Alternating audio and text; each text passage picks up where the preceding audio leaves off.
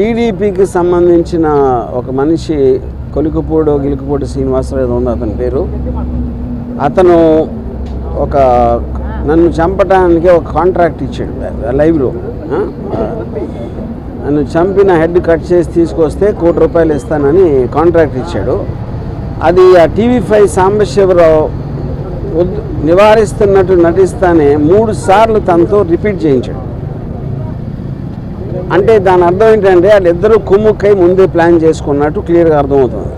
మూడోది, దాని తర్వాత కంటిన్యూ చేశాడు డిస్కషన్. దాన్ని బట్టి కూడా అది ప్రూవ్ అవుతుంది.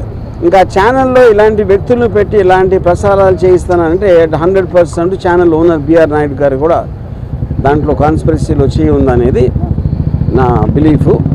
దాని సందర్భంగా ఆ కంప్లైంట్ ఇవ్వడానికి నేను వచ్చాను ఇక్కడ డీజీపీ గారి దగ్గరికి. డీజీపీ గారి దగ్గరికి నేను దాసరి కిరణ్ కుమార్ మీ అతను కంప్లైంట్ హ్యాండ్ ఓవర్ చేసాం.